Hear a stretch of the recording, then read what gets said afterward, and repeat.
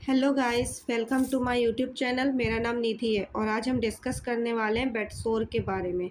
इसके अंदर हम कंप्लीट स्टडी करेंगे कि बेड सोर या प्रेशर सोर क्या होता है। तो आइए वीडियो को शुरू करते हैं। सबसे पहले हम देखेंगे कि बेड सोर की डेफिनेशन क्या होती है।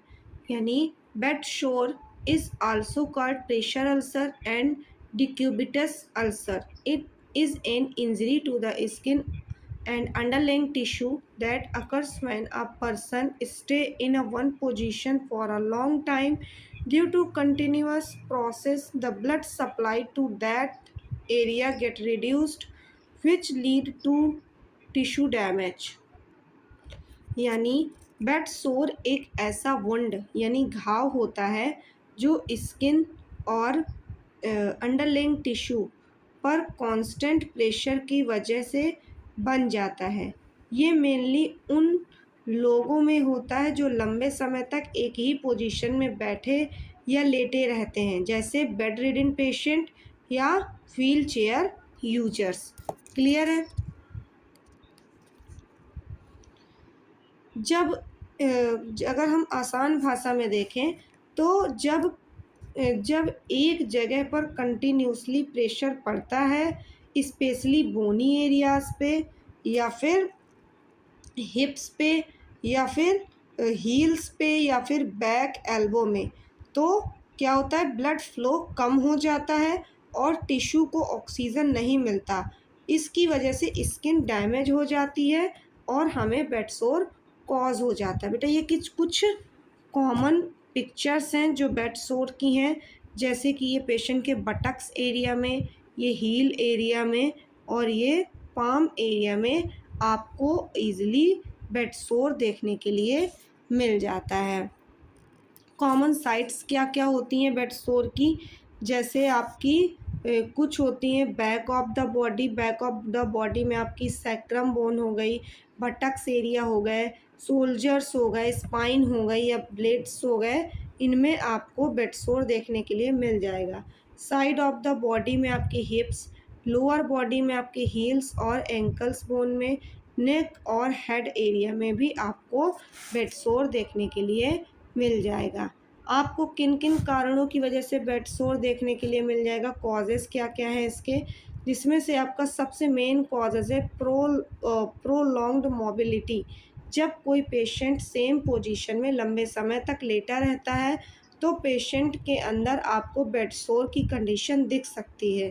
या फिर आपको फ्रिक्शन की वजह से, जब आपकी स्किन बेडशीट के अगेंस्ट रब करती है तो उस बॉडी पार्ट में फ्रिक्शन क्रिएट होता है, जिसकी वजह से आपको बेड सोर की प्रॉब्लम हो सकती है।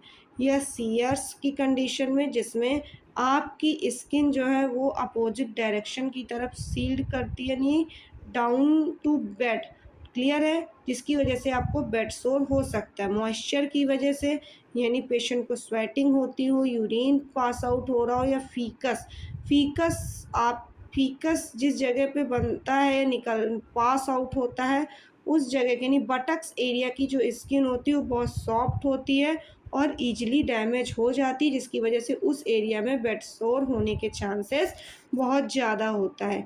या फिर पेशेंट का पुअर न्यूट्रिशन हो, यानी उसकी बॉडी में प्रोटीन की कमी हो यानी विटामिन्स की कमी हो, जिसकी वजह से उसकी बॉडी पे हीलिंग पावर कम हो जाती है और उसे बेड सोर होने के चांसेस ज़्यादा हो जाते हैं। या फिर उसकी बॉडी पे पुअर ब्लड सर्कुलेशन हो, जिसकी वजह से उसकी बॉडी पे ऑक्सीजन सप्लाई कम हो जाएगी और उसके टिश्यूज़ को प्रॉपर तरीके से ऑक्सीजन नहीं मिलेगी, जिसकी वजह से उसको बेड सोर्स हो सकते हैं। अनदर कॉज में अगर हम देखें किन किन कारणों की वजह से बेड सोर हो सकता है, तो आपका बेड रिडन पेशेंट, जैसे कि हमने पहले भी जाना कि जो लोग लंबे समय तक एक ही जगह पर लेटे रहते हैं, उनको आपको बेड सोर होने की संभावना होती है। या फिर खिंचाव, जिसे आप लोग स्केयर बोल देते हैं, जब पेशेंट बेड पर स्लाइड करता है, यानी ऊपर से नीचे, तो स्किन एक डायरेक्शन में मूव करती है और बोन दूसरी डायरेक्शन में,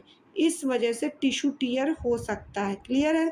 या फिर एल्डरली पीपल्स, या फिर patient with diabetes and poor circulation, जिन पेशेंट्स को डायबिटीज़ की प्रॉब्लम है या उनकी बॉडी पे सर्कुलेशन प्रॉपर नहीं है, या फिर पेशेंट अपने हाथों से प्रॉपर मूवमेंट नहीं कर पाता है, तो पेशेंट को बेड सोर होने के चांसेस बहुत ज़्यादा हो जाते हैं। ये आपके नेक्स्ट हम पढ़ेंगे स्टेजेस क्या क्या होते हैं बेड सोर के। तो there are 4 stages of bed sore. Then पहले हम पढ़ेंगे first stage. First stage of bed sore में हम देखेंगे कि इसमें स्किन जो होती है वो रेड हो जाती है, लेकिन टूटती नहीं है। टच करने पर वार्म, फिल्म या टेंडर लग सकती है। पेन भी हो सकता है। स्टेज सेकंड में स्किन टूट जाती है और ब्लिस्टर या ओपन सोर बन जाता है। थोड़े इन्फेक्शन का भी रिस्क होता है। स्टेज 3 में फुली स्किन मतलब डीप डैमेज डीप हो जाता है। स्किन के नीचे फैट टिश्यू तक पहुंचता है और वुंड डीप कटर जैसा लगता है। क्लियर है। नेक्स्ट आपकी फोर्थ स्टेज सबसे सीवियर स्टेज होती है। इसमें डैमेज आपके मसल्स हो जाते हैं, बोन्स भी डैमेज हो जाती हैं और इन्फेक्शन और गैंग्रीन का भी हाई रिस्क हो सकता है। ये थी आपकी 4 स्टेज ऑफ बेड सोर। नेक्स्ट हम देखेंगे क्या क्या साइन एंड सिम्टम्स हमें देखने के लिए मिलेंगे बेड सोर के पेशेंट में। तो हमें रेडनेस या डिस्कलर्ड स्किन देखने के लिए मिल सकती है। पेन या टेंडरनेस देखने के लिए मिल सकता है। स्वेलिंग देखने के लिए मिल सकती है। ब्लिस्टर्स देखने के लिए मिल सकते हैं। ओपन वुंड देखने के लिए मिल सकते हैं। या फाउल स्मेलिंग डिस्चार्ज, यानी जो उनसे हमें डिस्चार्ज निकलेगा बेड सोर से, उससे गंदी स्मेल आ सकती है। किसकी वजह से? इन्फेक्शन की वजह से, या फिर रेड ब्लैक डेड टिश्यू जिसे हम नेक्रोसिस बोलते हैं, ये आपकी सीवियर स्टेजेस में देखने के लिए मिल सकती है। क्या क्या कॉम्प्लिकेशंस एराइज हो सकते हैं यदि हम पेशेंट को बेड सोर को टाइम पे ट्रीट नहीं करते हैं? तो हमें सीवियर इन्फेक्शंस देखने के लिए मिल सकता है, जिसमें हम सेल्यूलाइटिस हो सकता है, हमारे सेल्स का इन्फ्लेमेशन जिसे हम सेल्यूलाइटिस बोल देते हैं। बोन इन्फेक्शन हमें देखने के लिए मिल जाएगा, जैसे ऑस्टियोमाइलाइटिस। इस inflammation of bone cells is also known as osteomyelitis. इसमें हमारी ऑस्टियोक्लास्ट सेल में इन्फ्लामेशन हो जाता है। नेक्स्ट हमें सेप्सिस देखने के लिए मिल जाता है, और ये लाइफ थ्रेटनिंग इन्फेक्शन हो सकता है हमारे ब्लड का, और ये इसकी वुंड हीलिंग स्लो हो जाएगी और परमानेंट स्कारिंग भी हो सकती है। नेक्स्ट हम क्या क्या प्रिवेंशंस करेंगे बेड सोर से बचने के लिए। सबसे पहले हम फ्रिक्वेंट पोजीशन चेंज, हम एवरी 2 आवर्स में पेशेंट की पोजीशन को चेंज करेंगे। हमें प्रेशर रिलीविंग डिवाइसेस का यूज़ करना है, यानी फॉर्म मैट्रेसेस या फिर एयर मैट्रेसेस या फिर कुशंस का यूज़ करना है। हमें प्रॉपर पेशेंट की स्किन को क्लीन और ड्राई रखना है, जिसमें हम पेशेंट को क्लीन करेंगे माइल्ड सोप से और उसमें मॉइस्चर को अवॉइड करेंगे। नेक्स्ट हम पेशेंट को गुड न्यूट्रिशन और हाइड्रेटेड रखेंगे, यानी उसको हाई प्रोटीन डाइट या मल्टीविटामिन्स प्रोवाइड करेंगे। अवॉइड फ्रिक्शन एंड शेयर्स, यानी क्या होता है शेयर्स मतलब? शेयर्स मतलब होता है खिंचाव को अवॉइड करेंगे, यानी लिफ्ट पेशेंट इंस्टीड और ड्रेजिंग। क्लियर है। नेक्स्ट हम पेशेंट को मसाज करेंगे प्रेशर एरियाज़ में, ये जिससे कि उस जगह का सर्कुलेशन इम्प्रूव हो और पेशेंट के मतलब ओपन वुंड से, ओपन सोर से भी सिक्योर रहे।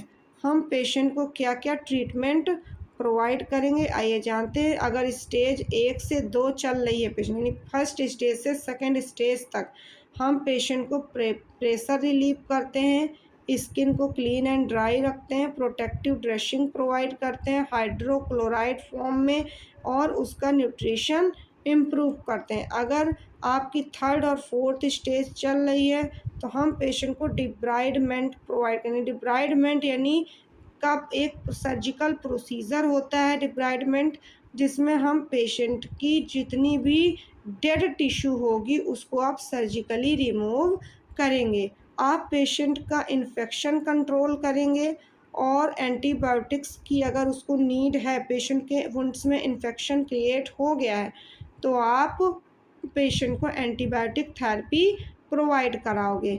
नेक्स्ट हम उसकी स्पेशल वुंड ड्रेसिंग कराएंगे।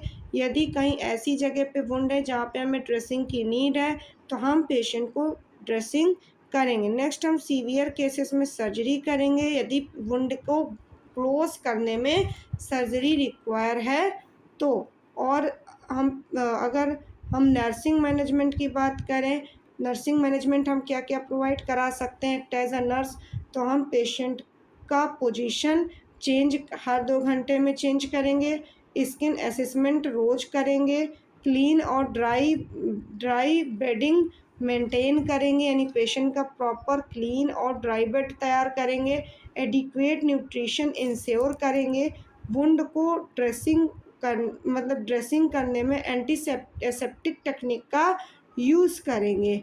नेक्स्ट हम इमोशनल सपोर्ट प्रोवाइड करेंगे पेशेंट को कि वो जल्दी से ठीक हो सके। क्लियर है? तो आज की वीडियो में इतना ही। अगर आपको बेड सोर कम्प्लीटली समझ में आया हो और आपका टॉपिक कम्प्लीटली क्लियर हुआ हो, तो आप वीडियो को लाइक करें, चैनल को सब्सक्राइब करें और बेल आइकन को प्रेस करें। Thank you.